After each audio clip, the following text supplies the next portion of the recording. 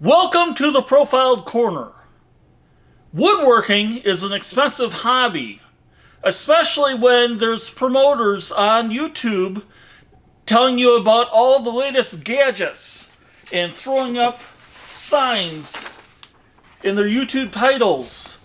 Game changer, this and that. I'll put this up on the screen so that you can see it a little more easily. These are just some of the titles that I found with a quick search through YouTube titles, looking for the phrase game changer woodworking. Everything's a game changer, and yet we're not playing a game.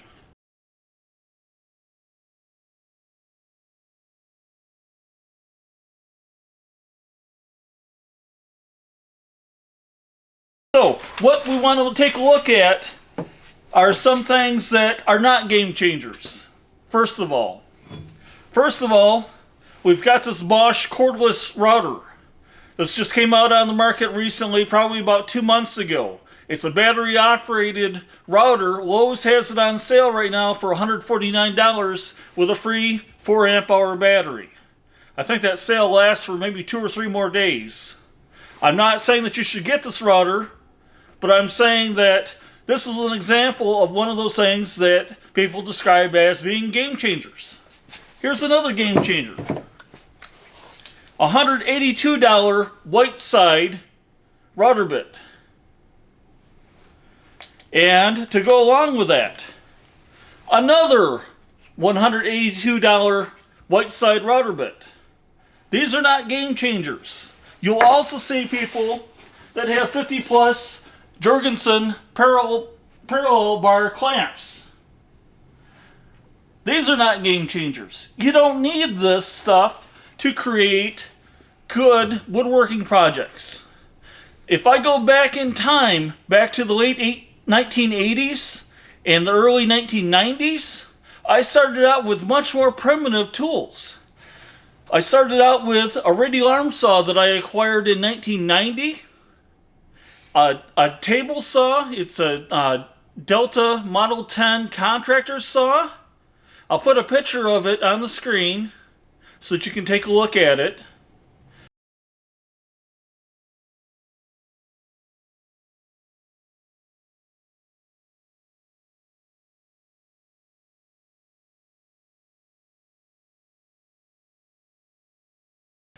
I got that table saw, I believe, in 1991, if I'm not mistaken.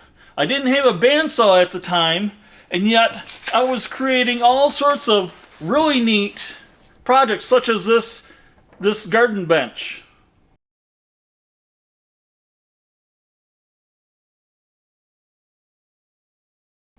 With some sculpted back legs that were cut from 4x6 posts. As a matter of fact, I've got one of those here. This is a Survivor. It was made with pressure-treated wood, copper chromated arsenic injected into it, and something still chewed the end of it. But anyway, this is an example of a part that I cut without the assistance of a bandsaw.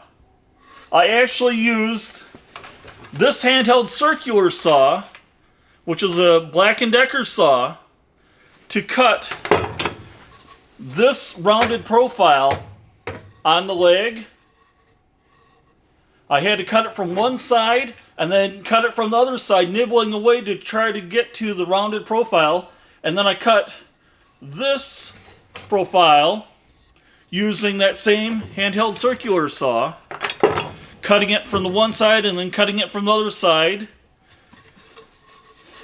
And then here you'll see that I've got mortises for mortise and tenon joints. Those were cut using this router here, this Bosch 1611 EVS router. So these are things that you can do without paying a whole lot of money. I started out in woodworking with Craftsman tools. I had a consumer grade Craftsman saber saw, or it's also called a jigsaw, that you go to use it and the base wouldn't stay at 90 degrees. So I upgraded that to an industrial grade Craftsman saber saw slash jigsaw, and I ended up burning that saw up trying to cut a picnic table. The rounded shape of a picnic table. I'll put a couple pictures of some of those outdoor projects that I created. I did not only outdoor projects, but also such as picnic tables, benches, outdoor structures, and also I created redwood or pine or maple or white oak signs, and those are all cut freehand using this router, this Bosch router, or I did it before I got this Bosch router in 1990. I cut it using a 1.5-horse Craftsman router. That Craftsman router developed some problems. For instance, it has a flaw in the way the collet was engineered, in that after it's been used for a while, it can no longer grasp onto router bits successfully. The router bits will be tightened down as tight as they can be, and yet they'll still wiggle out of the collet. I used that router for several years, let's say 2 or 3 years, maybe 4, before I started having problems with it. And then I bought this Milwaukee 2-horsepower router in 1991. This router took over for that Craftsman router for doing edge profiling and things of that sort. I'll insert a couple pictures to show some of the signs that I also created from back in that time. I did all the signs freehand. However, I used a computer to actually generate banner stock for the lettering and things of that sort. I started out using a program called Print Shop on a Commodore 64, and then I went to a Commodore 128 using the same thing, and then I went to a Commodore Amiga, and then I created a program for the Commodore Amiga to allow me to actually print out signs with larger lettering, so that I didn't have to take the signs to a photocopier to enlarge them progressively so that the letters were the right size. So I'll put a couple pictures in of some of those signs that I created from back then.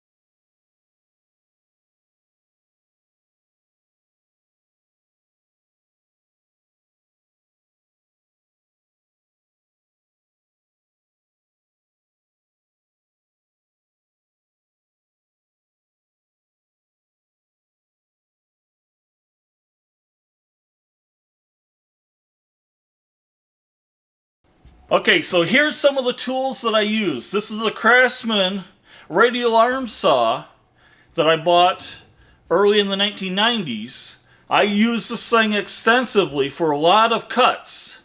Radial arm saws are quite valuable tools, at least they're valuable to me. However, they've kind of gone out of favor, and as a matter of fact, you'd probably be able to pick up something like this for about $50, maybe $100, from a place such as Craigslist or Facebook Marketplace or something like that. This saw was just a cheap $50 saw. This Bosch costs originally $234 in 1990. In today's dollars, that is $565. So that's almost up in Festool router ranges. This Milwaukee router that I bought in 1991 originally cost $225, which is $521 today. And yet, today, you can go out onto a place such as Facebook Marketplace or eBay and pick up one of these routers for probably less than $100. As a matter of fact, I picked up another 2 horsepower router just like this for about $80, and I picked up 2 1.5 horsepower routers just like this for roughly $50 to $70. So there's some good deals out there on routers if you know where to look. If you can look through the advertisements and find things that look like they were never abused, on eBay and places like that, you can pick up a lot of equipment, good quality equipment, for cheap. All of the Craftsman tools that I bought initially, I bought Craftsman initially because I was receiving Sears catalogs, and that was a convenient place to buy my tools. So I had bought, let's say, a 1.5 horsepower router that lost its ability to grip bits. I had a 4x24 belt sander from Craftsman that had a burned out motor within about 2 years of use.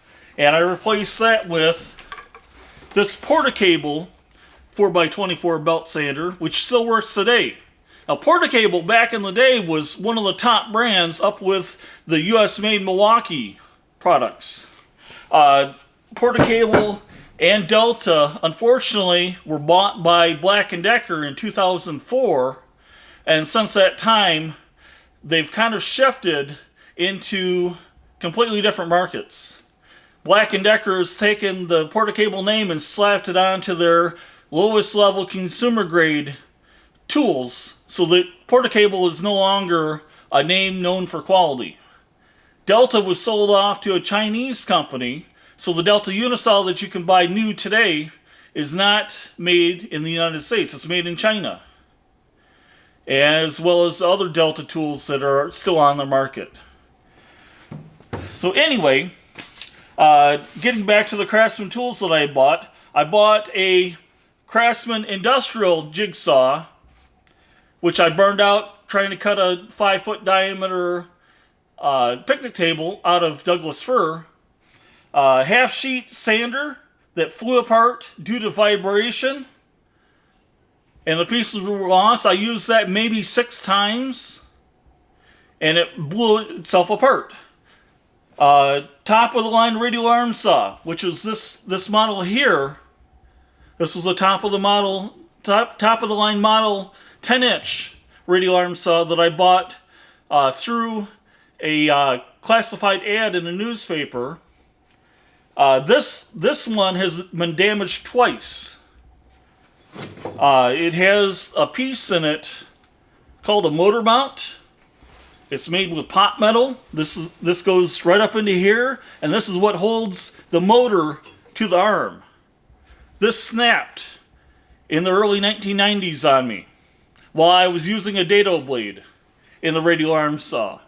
And it's a little bit scary having a radial arm saw motor come loose with a spinning dado blade on it. It snapped a second time on me in the early 2000s, and I never repaired it. I bought the parts to replace on it, and I felt at that time that this saw was no longer safe enough to use. So then I bought a couple additional radial arm saws from Delta that were bought used from a company that was going out of business. One of those radial arm saws is a 10-inch professional radial arm saw, and the other one is a 12-inch 3-phase radial arm saw. So business closure auctions are one source for cheap cost, high quality equipment, but you have to watch out because that 3-phase radial arm saw requires a phase converter to run it. And the phase converter I bought cost just over $1,000 back in the mid-2000s.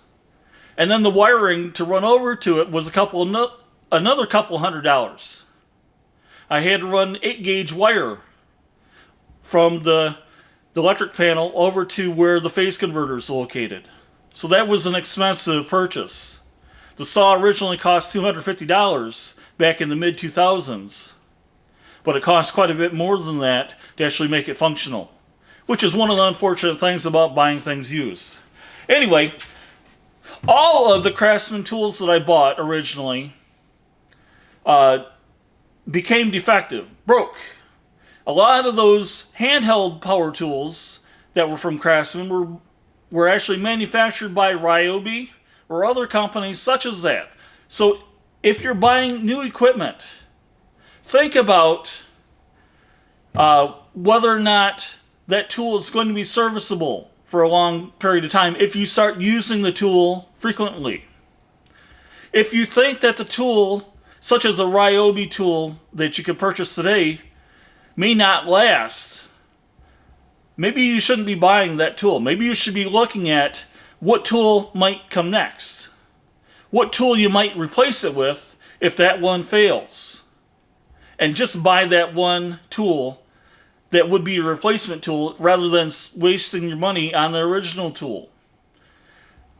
Good quality tools will last you a long time, and you'll feel much more comfortable using the more expensive tools. You should hear the difference between this $50 Black & Decker saw and the Porta-Cable saw that I have back here. This was made back before Porta-Cable was bought out by Black & Decker.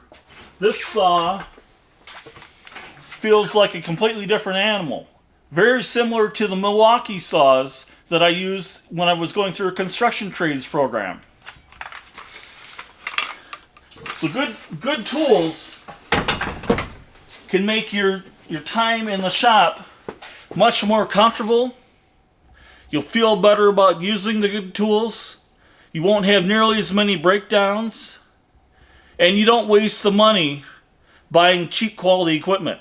You can get good equipment from a variety of sources. It used to be that you can get good equipment by scanning through the newspaper classifieds. Sadly, that's no longer an option. You can also look at business closure auctions. There's a website called EA Auction Exchange. I'll put a link to it in this video. That may list auctions that are in your area, at least for the United States. That would give you a place to go where you may find some good quality equipment at low cost. There's also estate auctions that you can look at. There's several estate auctions that you'll probably find will have woodworking equipment, and some of it was used in a production capacity in a person's garage to make furniture for their friends and family and for neighbors and other people that come to visit. You could also look at Craigslist and Facebook Marketplace and eBay. I've probably bought at least 15 routers from eBay. I got burned on one or two of them where the bearings of the routers were bad. So you want to look at that equipment carefully that's shown in the pictures and make sure that it looks like it wasn't abused. Make sure that both of the wrenches are included with it, that there's a 1/2 inch collet and a 1/4 inch collet, the base plate is on the router, and things of that sort. If they're not, those each could cost you anywhere from $15 to $30 to replace. And so that's kind of expensive. So you may get a good deal on a router, such as a router that I bought for $75 at a business closure auction. It was missing its base plate. It was also missing the 1/2 inch collet, and it was missing the wrenches and a variety of other things. When I added those missing items, the router ended up costing me $130. The router was actually a convertible Bosch 2¼ horsepower router that can convert between a fixed base router like this Milwaukee and a small plunge type router. And so it almost doubled, or it effectively doubled, the cost of that router. So it was within $30, maybe a little bit more than that, of buying a brand new router just like it from Amazon. Amazon was running a sale on those routers for $169 at the end of December. I bought one. I'm not quite sure why I bought one, but I bought one. And we'll be seeing those in a later video on this channel. I'm planning on doing a discussion of router usage that'll be specific to beginner woodworkers. It doesn't matter if you began recently, such as yesterday, or if you began 40 years ago. Hopefully that series will help you out. Anyway, I want to suggest to you that you take a look at the New Yankee Wood Shop. There was a video that was posted on Friday, just a couple days ago, that stated that they now have the full library of the New Yankee Wood Shop on YouTube, and it's all freely available that you can watch that show. If you take a look at season 1 of that show, you'll see the essential tools that you really need.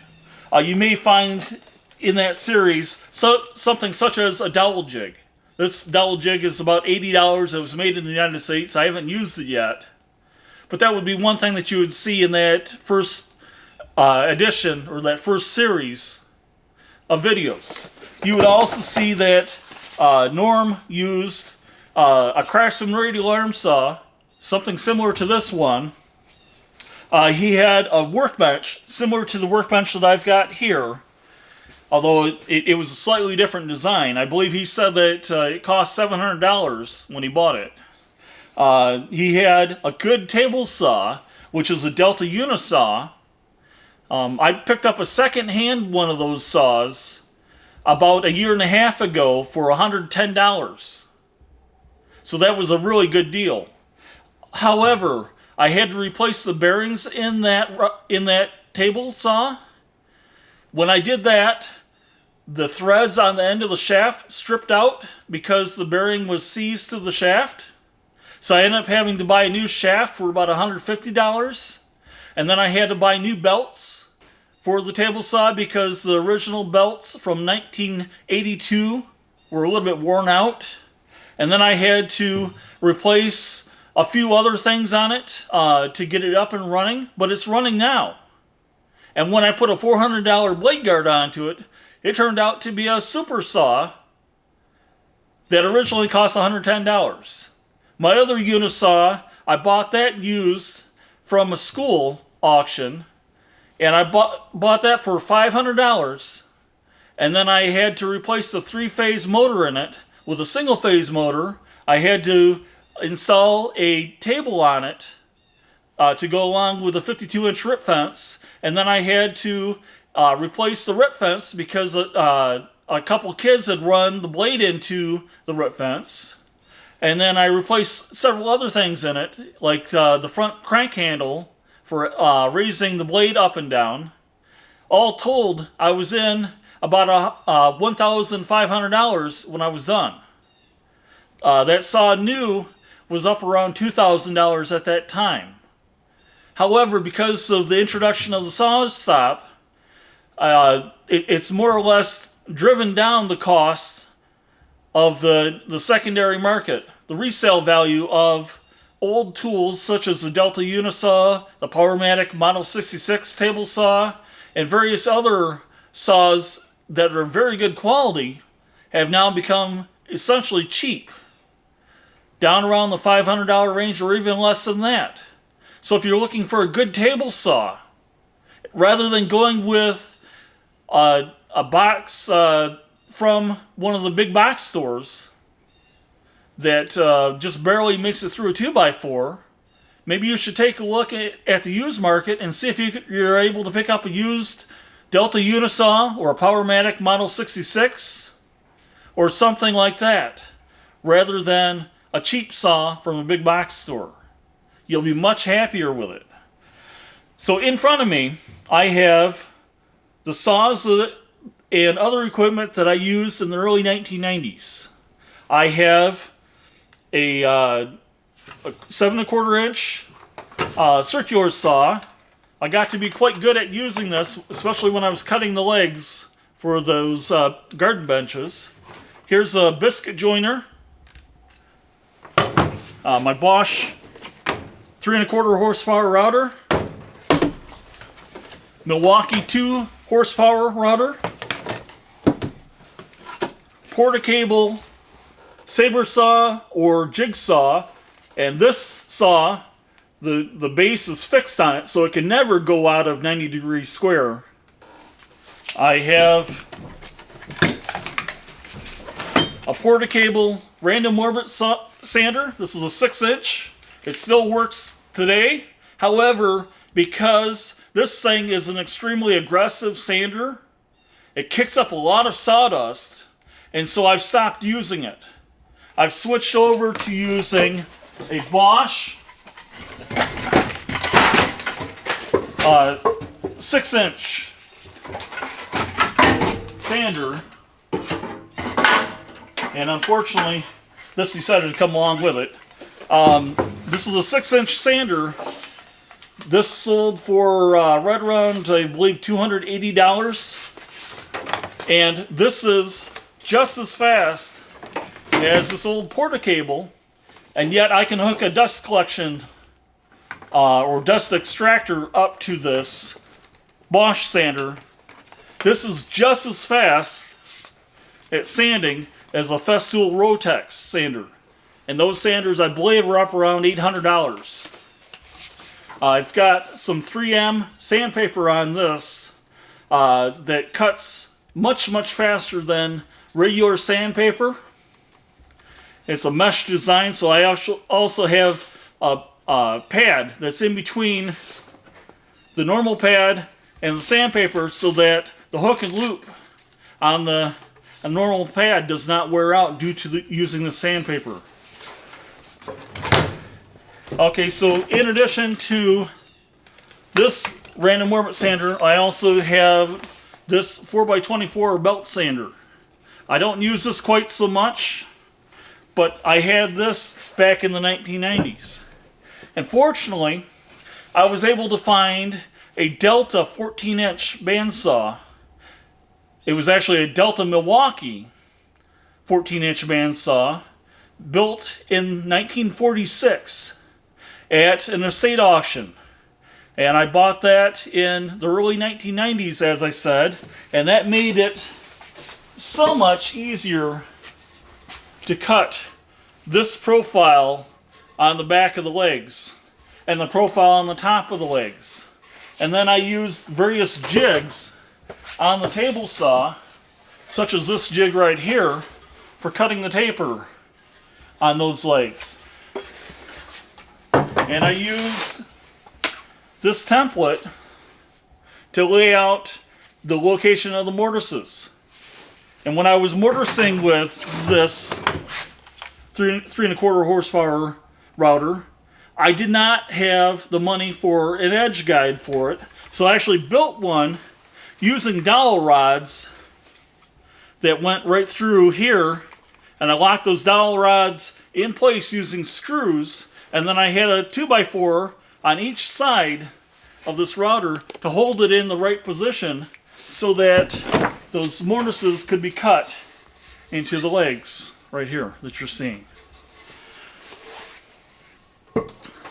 Okay, so the whole point of this video is that there's no such thing as a game changer in woodworking. Don't fall for those scams. You need a good square, and you need a few additional tools. As a guide, you can look at that New Yankee Wood Shop the first season and see what tools that Norm was using in his shop, and then try to strive to get similar tools or tools that provide the same function. I went through his list of tools that he used, at least in the first couple episodes. That was before he was sponsored by Porta-Cable and Delta, so he wasn't receiving the tools for free. He had a workbench, a good table saw, which is a Delta Unisaw. He had a router, a drill press, which in the early seasons was actually an all-in-one unit that provided drill press functionality as well as bandsaw functionality and various other things. I wouldn't recommend one of those today, but you could get one. He had a drill press, radial arm saw like this. He had a miter saw, a cheap router table. In later episodes, in other seasons, he built 2 other router tables, and I built one that was quite similar to one of his. He had a handheld drill, a jigsaw, handheld circular saw. Later on, he showed a planer, a 6-inch jointer, and a bandsaw. Those are the core tools that you actually need to do good woodworking. You don't need anything extravagant. You don't need 6-foot parallel jaw clamps. You don't need all these things that people are hawking because, and they're only hawking those things because they know that they're going to get money back, either by sending people to Amazon or they get a free product from the manufacturer to advertise it on their channel or something like that. I don't have any of that going on. And you probably don't either in your shop. So don't fall for those scams that say, this will blow your mind. These are game changers. We're not playing games in the shop. These are serious tools for doing serious projects. Or even whimsical products, if that's what you choose to produce. Okay, that's all for today. Thanks for watching. Bye.